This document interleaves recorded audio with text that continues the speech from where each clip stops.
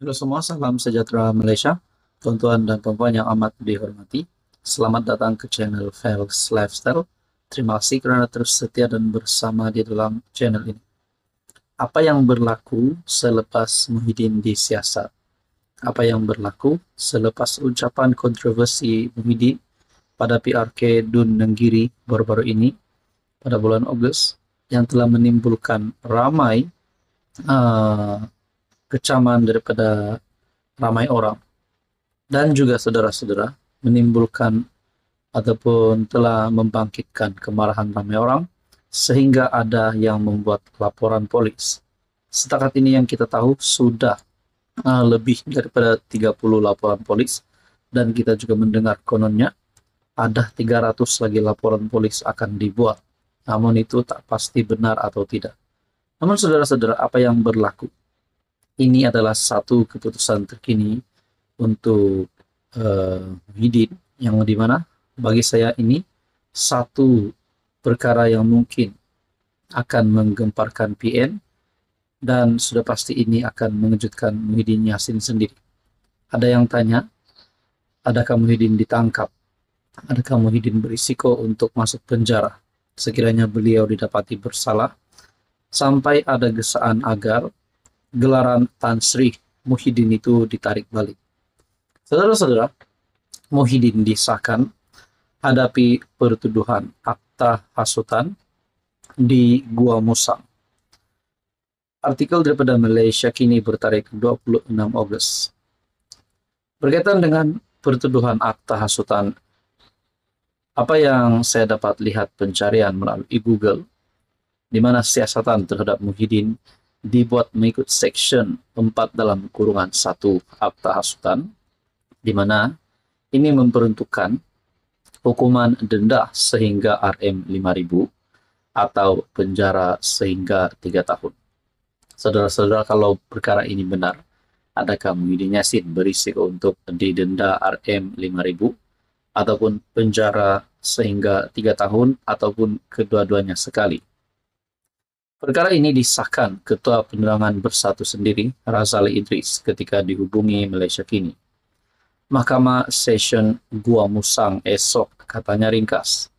Sebelum ini bekas Perdana Menteri itu disiasat kerana dipercayai menyentuh isu berkaitan kaum, agama dan raja, iaitu 3R, dalam kempen PRK Dun Nenggiri. Dalam ucapannya yang tular, Muhyiddin mengaitkan proses pelantikan Perdana Menteri selepas PRU 15 dengan Sultan Pahang Al-Sultan Abdullah Riayatuddin Al-Mustafa Billah Shah yang ketika itu menjadi Yang di-Pertuan Agong. Kenyataan ahli Parlimen Pagoh itu dianggap mempertikai tugas dan kewibawaan soal Sultan.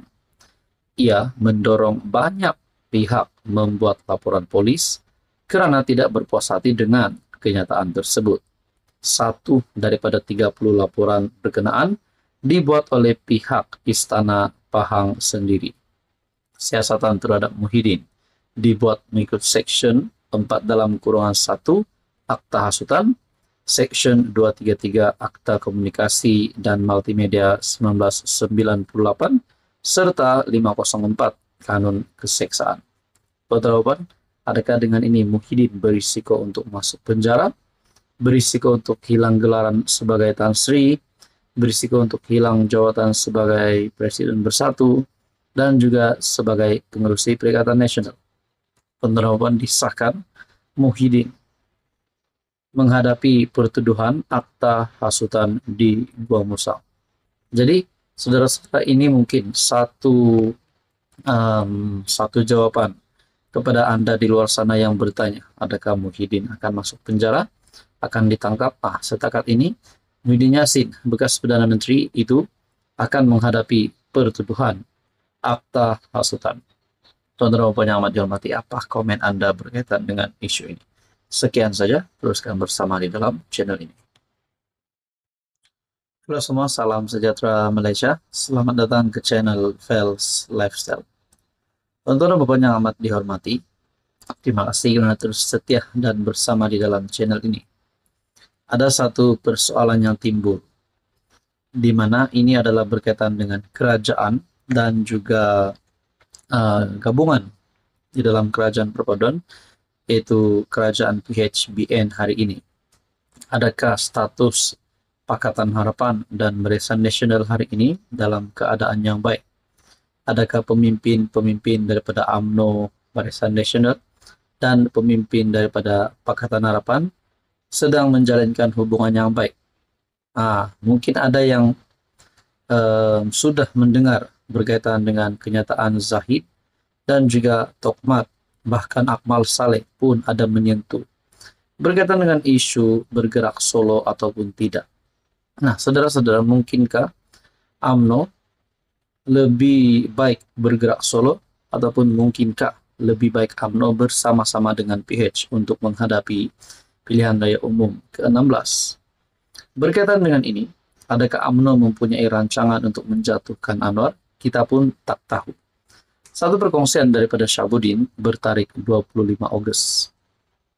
Dominan UMNO bermakna mereka mahu rebut kerusi Perdana Menteri. Wow.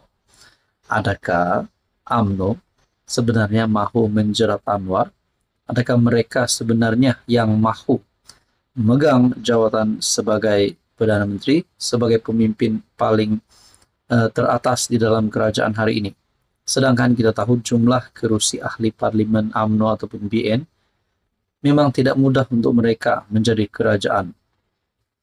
Hasrat dan ingin kembali dominan menjadi topik paling hangat sepanjang berlangsungnya PAU, Perhimpunan Agung UMNO 2024, yang berakhir semalam.